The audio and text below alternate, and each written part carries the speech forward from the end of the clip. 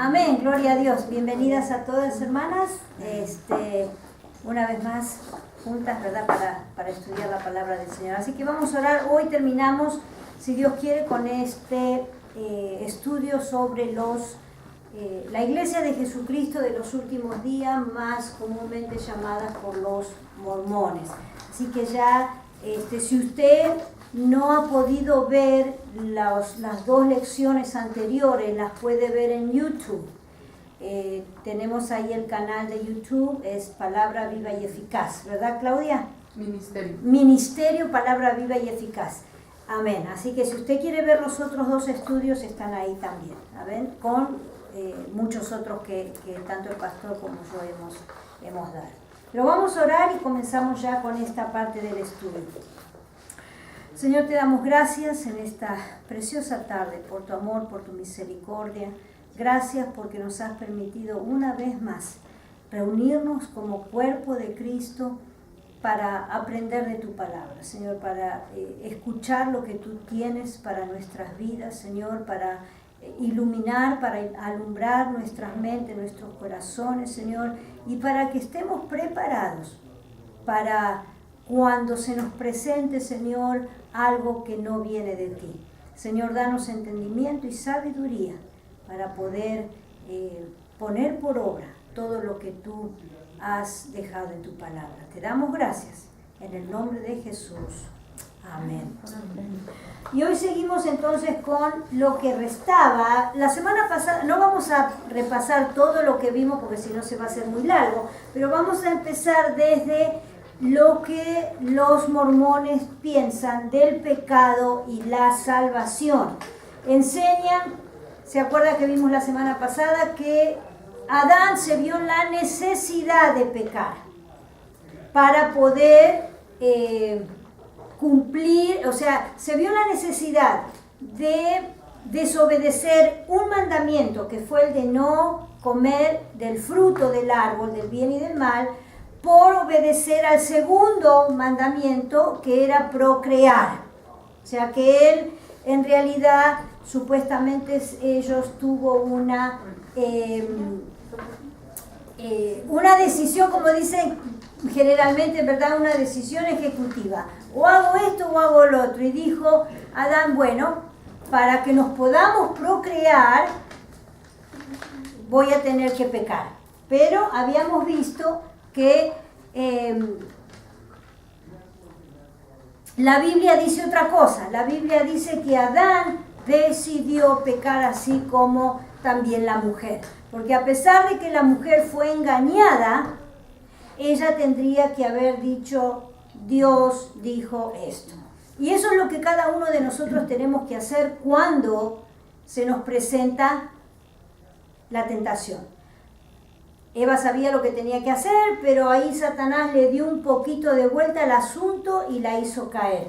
Satanás nos presenta el pecado de la manera más bonita, de la manera más presentable, pero si nosotros sabemos las Escrituras y la palabra de Dios dice, no hagas esto, mejor no hacerlo. ¿Por qué? Porque como vemos ahora, ¿verdad? Las consecuencias del pecado de Adán y Eva fueron tremendas. Habíamos visto que ellos enseñan que Jesucristo expió sobre el pecado supuestamente del que era su padre, Dios Adán, y esto hizo posible la liberación de la humanidad de los efectos de la caída, pero no servía para redimir al hombre de los pecados individuales. Pero de todas maneras, acá donde dice, esto hizo posible la liberación de la humanidad de los efectos de la caída, es un error. Porque al día de hoy la humanidad vemos que ha sufrido, pero de una manera tremenda, los efectos de la caída. La enfermedad, el dolor, la angustia, el egoísmo, el odio, la envidia, y no terminamos nunca, ¿verdad? De la lista de las cosas que produjo la caída. Los efectos de la caída, lamentablemente, no los pudo quitar nadie. Y el Señor, si el Señor no los quitó, es porque tiene un propósito. Porque para todos aquellos que creemos en Él, los efectos de la caída es una oportunidad para demostrarle a Satanás que aunque él quiso destruir a la humanidad y aunque él quiso hacer que el hombre muriera en una eternidad llena de pecado, no pudo. Porque aquellos que hemos recibido a Cristo como Señor y Salvador, los efectos de la caída y todo lo malo que pueda llegar a nuestra vida es una oportunidad de demostrar que Dios nos ha dado fuerza, nos ha dado gracia para resistir la tentación, para resistir el pecado y para demostrar la gracia de Dios a cada uno de aquellos que se nos presenta la oportunidad. Amén. ¿Qué dice la Biblia de esto? Habíamos visto, si negamos la deidad de Cristo, automáticamente negamos la expiación. Si Cristo no fue Dios, nada de lo que hizo sirvió para salvarnos a nosotros del pecado. La Biblia enseña que Cristo llevó los pecados de toda la humanidad, no solo de algunos. Que esto no sea aplicado o no se pueda aplicar a todo el ser humano es por aquellos que no lo aceptan. Simplemente, porque si uno lo acepta, todo esto trabaja en nuestras vidas. Vamos a leer Primera de Juan. Usted anote todos los versículos ahí para leerlos en su casa, pero vamos a ver solamente Primera de Juan,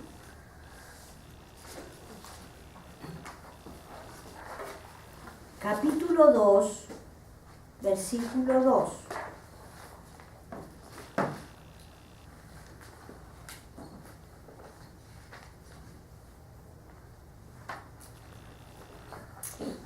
Primera de Juan, 2, estoy en el 1.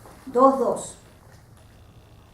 Hablando de Jesucristo, dice el apóstol, y Él es la propiciación por nuestros pecados, y no solamente por los pecados, por los nuestros, sino también por los de todo el mundo. Y si vamos, ¿verdad?, a Juan 3:16, ¿qué dice?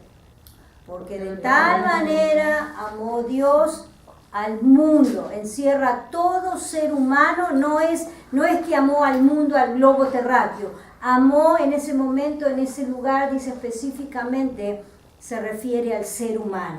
Amó de tal manera a todo ser humano que dio su vida por nosotros. Usted anote todos los otros versículos que están allí porque hablan todos de lo mismo y donde nos asegura que Cristo fue nuestra expiación. Ellos afirman que la redención individual depende de las obras que cada uno haga y de los esfuerzos que pone en hacerlos. Para conseguir la salvación personal, primero, hay que ser miembro de la Iglesia de Jesucristo de los Santos de los Últimos Días, cumplir con sus ritos y ceremonias y, por supuesto, hacer ciertas obras que es lo que ellos mandan, ¿verdad? Salir a predicar, vender los libros que ellos hacen. Sí o sí allí es obligación dar los diezmos y dar dinero. Tienen, ¿verdad?, una organización tremenda, pero lamentablemente ellos piensan que la salvación se consigue por las obras. ¿Qué dice la Biblia sobre este tema? La Biblia enseña que la salvación no se consigue por obras, sino por la fe en la obra que Cristo hizo en la cruz del Calvario. Vamos a leer Efesios, capítulo 2, Efesios 2, versículos 8 y 9.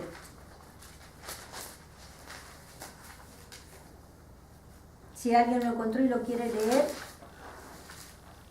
Amén.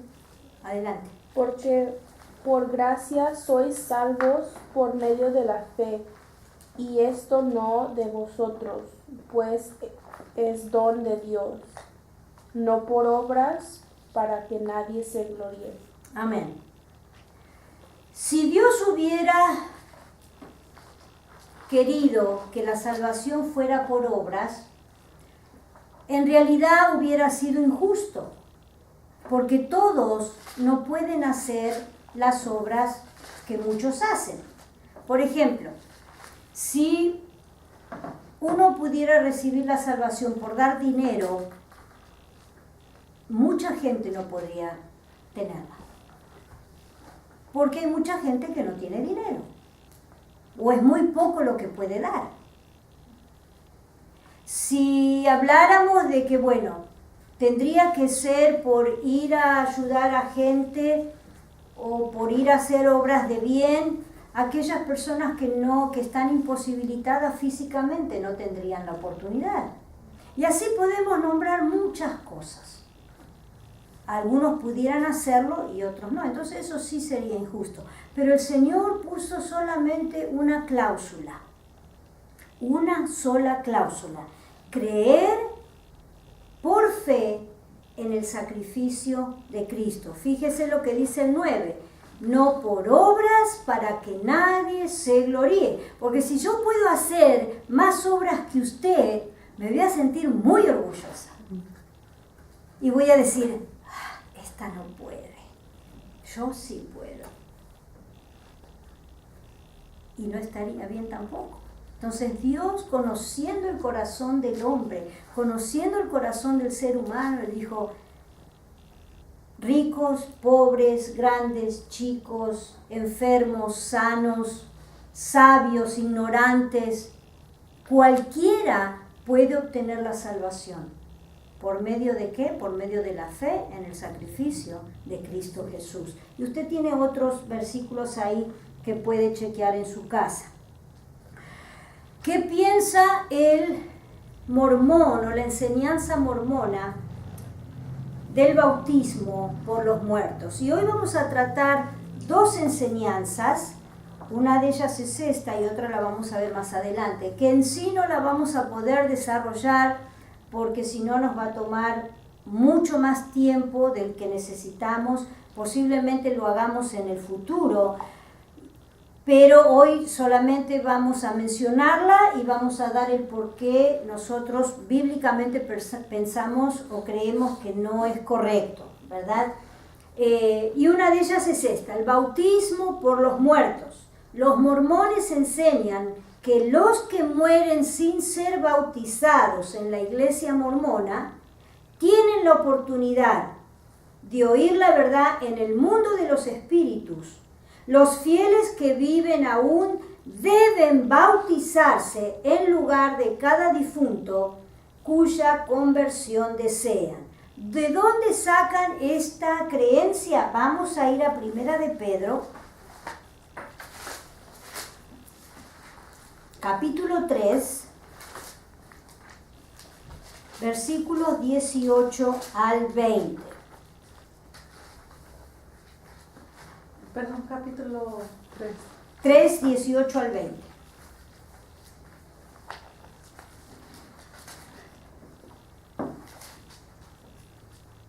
Dice, porque también Cristo padeció una sola vez por los pecados y el justo por los injustos, para llevarnos a Dios, siendo la verdad muerto en la carne, pero vivificado en el Espíritu, en el cual también fue y predicó a los espíritus encarcelados, a los que en otro tiempo desobedecieron cuando una vez esperaban la paciencia de Dios en los días de Noé, mientras se preparaba el arca, en la cual pocas personas, es decir, 8, fueron salvas por agua.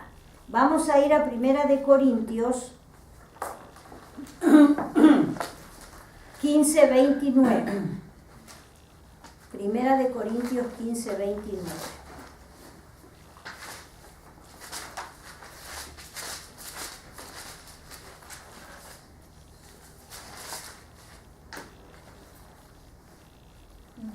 Dice, de otro modo, está hablando Pablo ahora, de otro modo, ¿qué harán los que se bautizan por los muertos si en ninguna manera los muertos resucitarán? Allí está hablando de la resurrección. Había gente que decía que no había resurrección. Entonces, el apóstol Pablo dice, de otro modo, ¿qué harán los que se bautizan por los muertos si en ninguna manera los muertos resucitan?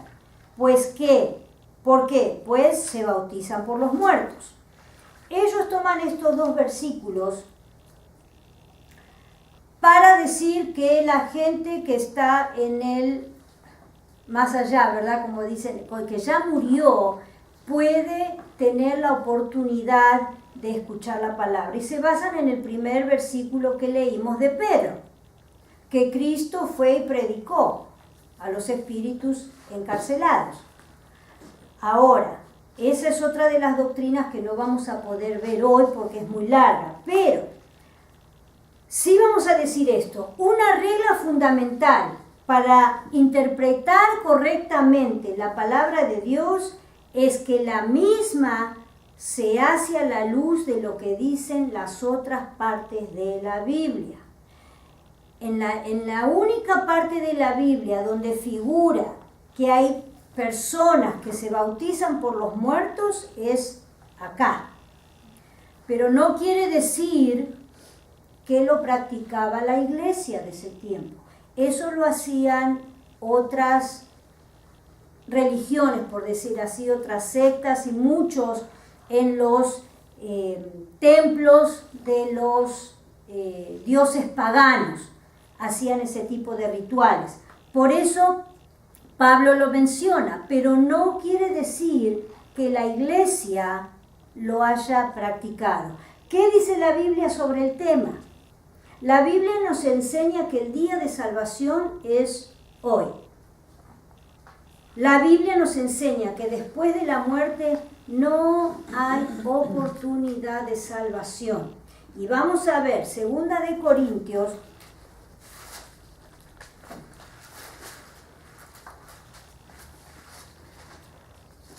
6:2.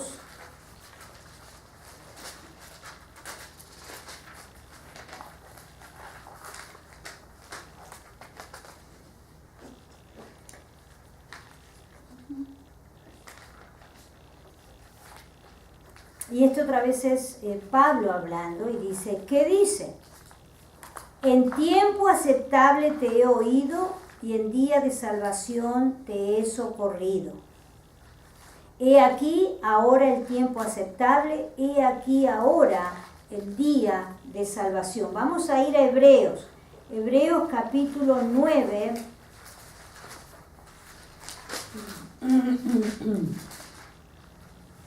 Versículo 27. 9:27 dice de esta manera. Y de la manera que está establecido para los hombres que mueran una sola vez y después de esto el juicio. Si la Biblia o si el Señor, si Dios hubiera tenido, hubiera habido la posibilidad de que la gente se salve o tenga otra oportunidad después de la muerte, la Biblia lo enseñaría. La Biblia diría, pero si no es salvo en el tiempo de la vida o cuando vive en la tierra, va a tener la oportunidad. Si nosotros leemos desde Génesis hasta Apocalipsis, la Biblia habla solo una cosa de la salvación. Solamente por Jesucristo, y si no lo aceptamos aquí en la vida, no hay otra oportunidad. O sea que todas esas religiones o herejías que se enseñan de que después de la muerte la persona puede ser salva, no es verdad. Usted tiene también la otra cita en Marcos 16, 15 y 16 si lo quiere leer en su casa. El hecho de que Cristo predicara a los espíritus encarcelados después de su crucifixión no es en ninguna manera una base para creer que los muertos tendrán otra oportunidad de aceptar el Evangelio. Y esto, ¿verdad? Como en todo lo que es las doctrinas de la palabra de Dios, hay algunos que piensan de una manera, hay algunos que piensan de otra manera. Pero como dijimos recién, la regla de interpretación de la palabra de Dios es que no podemos tomar un versículo y hacer una doctrina de él, sino que tenemos que ver qué dice toda la Biblia de ese tema. Y si en la Biblia yo encuentro una sola vez que la Biblia hace mención de algo, entonces no tengo por qué, aparte en el contexto que está dicho, no tengo por qué hacer una enseñanza y creerla y desviarme de todo lo otro que dice la palabra de Dios. Primera de Corintios 15:29 no enseña que uno debe bautizarse por los muertos, ni dice que tal práctica tenga algún valor. Porque como dijimos recién, si hubiera algo de verdad en él, la Biblia lo confirmaría con otros versículos bíblicos, pero no es en ese caso. En ningún lugar de la Biblia dice que era una práctica entre la iglesia de Cristo Jesús. Eso solo hace referencia a una costumbre que predicaban o que enseñaban y practicaban otras religiones. ¿Qué piensan de la teocracia? Los santos de los últimos días enseñan que el sacerdocio de su iglesia es el gobierno de Dios en la tierra y quienes lo rechacen serán condenados. ¿A quién le hace o qué le viene a la memoria cuando leemos esto? Enseñan que el sacerdocio de su iglesia es el gobierno de Dios en la tierra. Como A la romana. ¿Verdad? Ellos tienen su líder y supuestamente es el que es el vocero de Dios aquí en la tierra. No sé de qué Dios, porque las últimas veces que habló no dijo nada que venía de Dios, ¿verdad? Lamentablemente. Pero bueno, la gente, como vimos al principio cuando comenzamos estas clases, muchas veces por ignorancia, muchas veces por el carisma que tiene el líder, muchas veces por conveniencia también, siguen ese tipo de enseñanza. ¿Qué piensan los mormones de la vida futura o cuando nosotros muramos, cuando la persona muere, qué pasa después?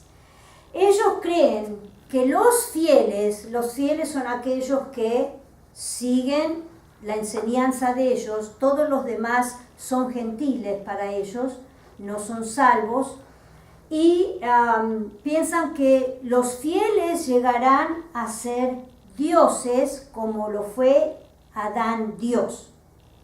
Si los esposos son sellados en el templo, el matrimonio es eterno. Cada hombre con su esposa como reinas reinará sobre un planeta que quede bajo su responsabilidad y continuarán procreando hijos espirituales por una eternidad. Eso es lo que ellos creen. Supuestamente las solteras, así que cásate rápido, María, tendrán que servir en una capacidad inferior en el mundo venidero. Ya ahí vemos también otra enseñanza errónea, ¿verdad? Porque ponen en estima un poco más baja a la mujer que no es casada. Supuestamente donde las leyes del país prohíben la poligamia, se pueden celebrar bodas espirituales para ser esposos en el cielo, aunque no puedan casarse en la tierra. ¿Qué dice la Biblia? Que no va a haber nada. Exactamente. Cristo enseña que la vida matrimonial no existe en el cielo. Eso lo vimos en unas clases anteriores, pero lo vamos a ver ahora también. A ver, ¿quién quiere buscar Mateo 22, 29 al 32? Mateo 22.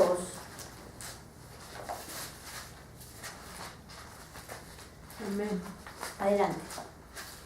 Entonces respondiendo Jesús les dijo: erráis, ignorando las Escrituras y el poder de Dios, porque en la resurrección ni se casarán ni se darán en casamiento, sino serán como los ángeles de Dios en el cielo. Pero respecto a la resurrección de los muertos, ¿no habéis leído lo que os fue dicho por Dios cuando dijo: yo soy el Dios de Abraham, el Dios de Isaac y el Dios de Jacob? Dios no es Dios de muertos, sino de vivos. Amén. Dios no es Dios de muertos, es Dios de vivos. ¿Por qué? Por eso les estaba diciendo, hay resurrección. La gente va a volver a vivir en un estado glorioso, en un estado como lo dice la palabra de Dios acá, como los ángeles.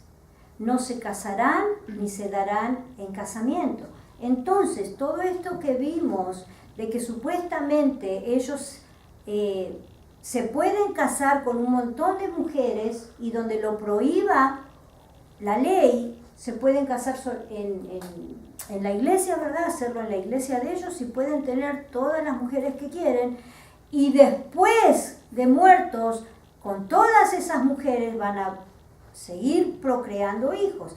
Mientras que la palabra de Dios dice completamente lo contrario. Usted puede leer las otras citas después en su casa. En realidad, el fin de nuestra eternidad es estar con Cristo. A mí hay un canto que me gusta mucho de, ¿cómo se llama este cantante español? Marcos Vidal. Y dice: cuando yo llegue al cielo, en realidad no me importa, porque la Biblia dice que que vamos a estar en las bodas del Cordero, que vamos a sentarnos, ¿verdad? Y disfrutar. Dice, yo no me importa en qué lugar de la mesa el Señor me haga sentar. No me importa las coronas, si he ganado alguna, no me importa la corona. A mí lo que me importa es estar en la presencia del Señor. No, eso tiene que ser nuestra meta, no que si me voy a poder casar, que si voy a poder tener hijos, porque la palabra primero que no lo enseña, y segundo que la meta en la eternidad es estar en la presencia de nuestro Señor Jesucristo. ¿Qué pasa con nuestras recompensas? Porque supuestamente para la enseñanza para los mormones, la recompensa es eso, estar como rey en un planeta con muchas mujeres reinas y procrear. Vamos a ver qué dice 2 de Corintios 5, 10.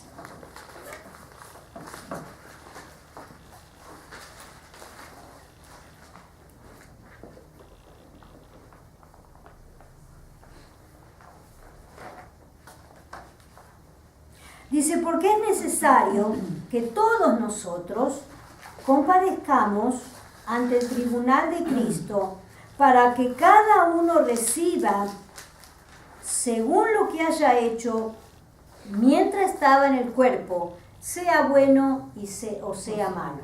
Y después también hay otros versículos, ¿verdad?, donde dice que nuestras obras pueden ser madera, heno u hojarasca, o plata, oro y piedras preciosas, ¿verdad?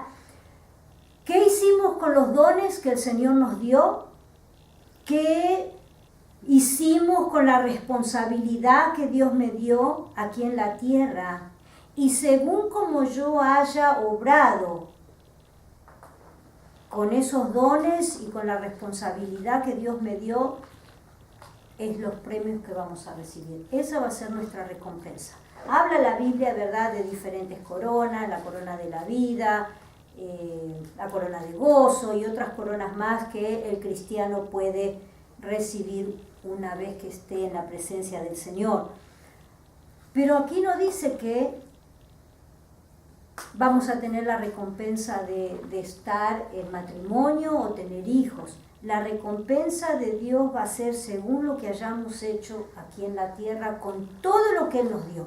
Nuestra familia, nuestro dinero, la iglesia, los vecinos, la honestidad, la honradez, todo lo que hayamos hecho en esta tierra que va o que está dentro de la voluntad de Dios, eso va a sobrevivir. Lo que hayamos hecho que no va de acuerdo a la palabra y a la voluntad de Dios, por más bueno que parezca, se va a quemar. Se va a quemar. Los mormones enseñan que los paganos, todos nosotros, resucitarán con los justos y tendrán la oportunidad de oír la verdad, y si la aceptan serán salvos. Ya vimos eso hace un momentito, ¿verdad? No hay oportunidad. Y en cuanto a esto, hermano, nosotros podemos estar en una iglesia toda la vida, haber nacido incluso en uno de los bancos de la iglesia, pero si no recibimos a Cristo como nuestro Señor y Salvador, no vamos a ir al cielo. Yo, ¿verdad? Y mi hermana puede testificar de eso, todos hemos nacido en un hogar cristiano y hemos escuchado predicaciones desde que estábamos en el vientre de nuestra madre, pero cada uno de nosotros llegó el día que tuvo que decir: Señor, yo te acepto como mi Señor y Salvador porque soy pecadora igual que cualquier otro. Por eso hay gente, muchas veces hay iglesias que enseñan, ¿verdad?, que si vino a la iglesia y si sigue viniendo y si trabaja es porque Dios lo tenía preparado. No siempre es así.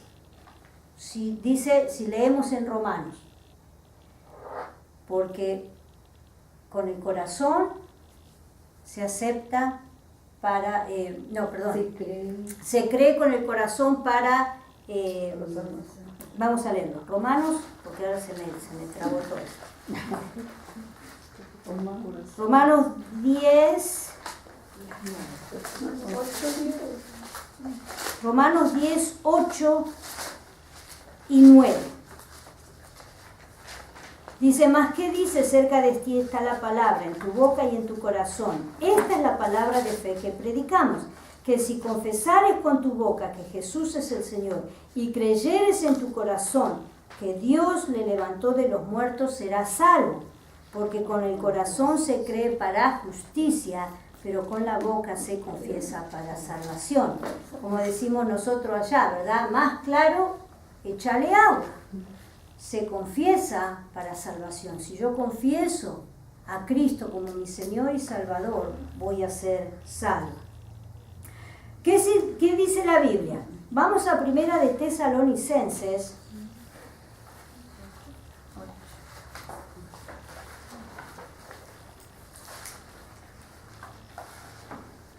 Primera de Tesalonicenses, capítulo 4,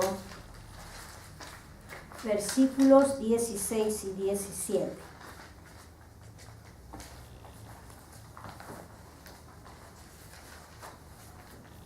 Y estas son todas enseñanzas que sería muy bonito poder explicarlas, pero no nos alcanza el tiempo, ¿verdad?, para profundizar en cada una de estas. 16 y 17 dice: porque el Señor mismo con voz de mando y con trompeta de arcángel con voz de arcángel y con trompeta de Dios descenderá del cielo, y los muertos en Cristo resucitarán primero. Luego nosotros, los que vivimos, los que hayamos quedado, seremos arrebatados juntamente con ellos en las nubes para recibir al Señor en el aire, y así estaremos siempre con el Señor. Los perdidos van a resucitar mucho tiempo después para el juicio, donde se les va a, ¿verdad?, dictar la sentencia, muerte por segunda vez, ya eternamente en el lago de fuego con Satanás. La palabra de Dios nos dice que los muertos en Cristo resucitarán primero, y que si nosotros estamos vivos, seremos levantados, ¿verdad? Y muchos dicen: no, pero la palabra de Dios no dice rapto. ¿verdad? Nosotros creemos en el rapto, pero cuando usted va al idioma original, la palabra que usa el apóstol Pablo para referirse a que seremos arrebatados significa ser quitado de un lugar, pero casi violentamente, arrancado del lugar. Eso significa lo que sería acá arrebatado. ¿Qué piensan o cómo creen los mormones o qué creen sobre la poligamia? Muchas veces, bueno, hoy día dicen que ya no existe este tipo de cosas, pero lamentablemente la historia ha mostrado algo diferente. Según José Smith y el matrimonio celestial, Abraham recibió concubinas y les dieron hijos. Y eso fue lo que se le contó por justicia. En las doctrinas y convenios de Smith dice: ve pues, haz las obras de Abraham y acepta mi ley y serás salvo. ¿Qué leímos recién en Romanos? Que hay que confesar que Cristo es el Señor. Creer y confesar que Cristo es el Señor y que Dios le levantó de los muertos. Fíjese lo que dice Génesis 15, versículos del 3 al 6. Génesis 15,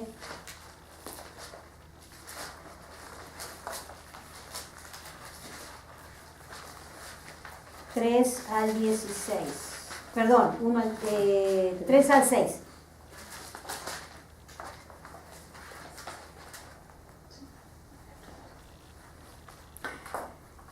Dijo también Abraham: mira que no me has dado prole. He aquí que será mi heredero un esclavo nacido en mi casa.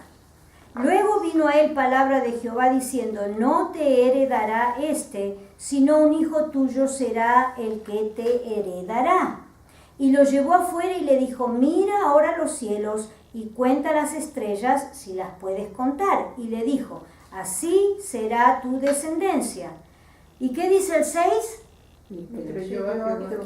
Y le fue contado por justicia. Abraham no hizo ninguna obra para que Dios le cuente por justicia, simplemente creyó a la palabra de Dios. Vamos a ver Romanos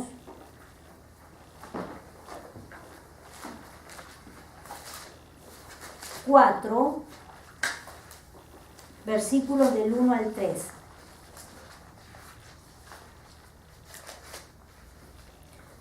Explicando lo que leímos recién. Dice: ¿qué pues diremos?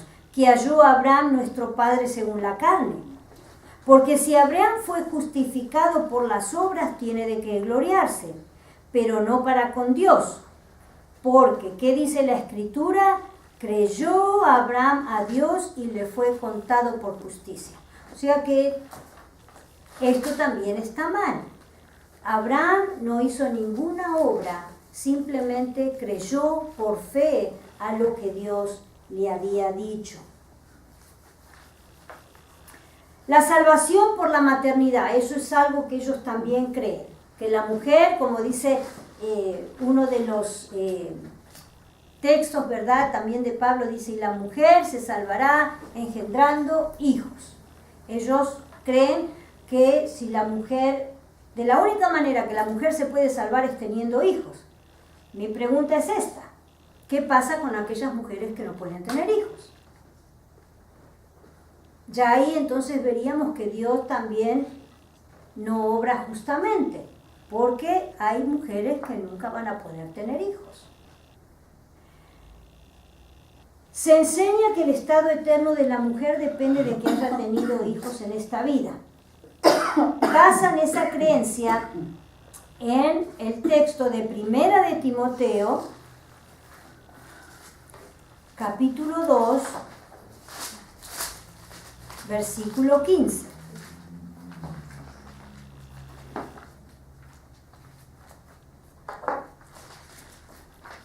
Y dice: exactamente lo que dije recién, pero se salvará engendrando hijos si permaneciera en fe, amor y santificación con modestia.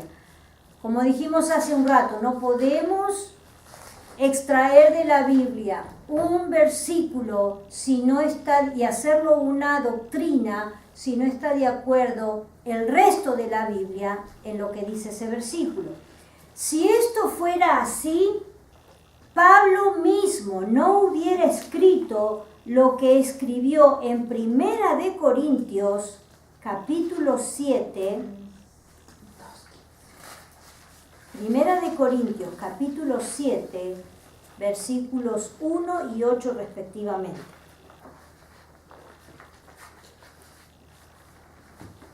Y en este versículo que vamos a leer ahora, muchas de las doctrinas que ellos enseñan caen por el piso. Porque ellos, leyendo esta escritura, tendrían que darse cuenta que entonces el casarse, o sea, sería mejor no casarse en realidad. Fíjense lo que dice: en cuanto a las cosas que me escribiste, bueno le sería al hombre no tocar mujer.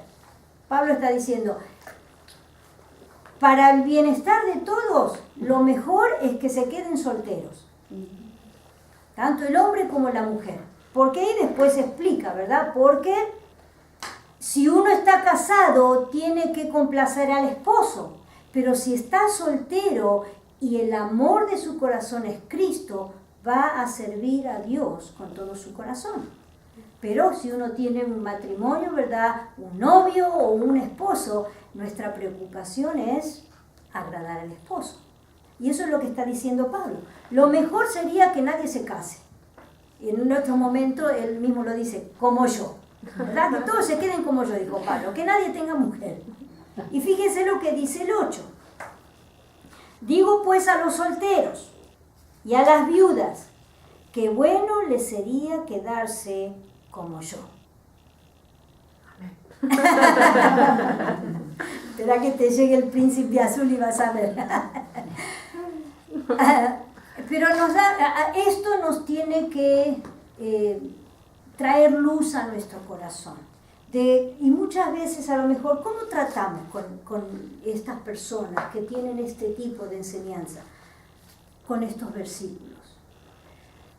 Si usted en algún momento se encuentra con un mormón o llegan a su puerta, ore al Señor para que le dé palabra y que el Espíritu Santo toque esos corazones, porque están muy confundidos. Aparte de estas doctrinas, ellos no conocen mucho de la Biblia. Aparte de todo, les enseñan que la Biblia en sí está mal, que todo esto que estamos leyendo fue puesto por gente que no fue inspirada por Dios.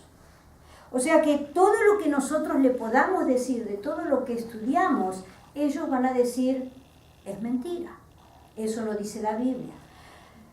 Las ataduras de la idolatría y de doctrinas de demonios son muy fuertes. Las ataduras de idolatría y de este tipo de enseñanzas son muy fuertes. Si hay alguien en nuestra familia que cree una cosa así, oremos para que el Señor quiebre con esa autoridad espiritual que está cegando la mente y el corazón.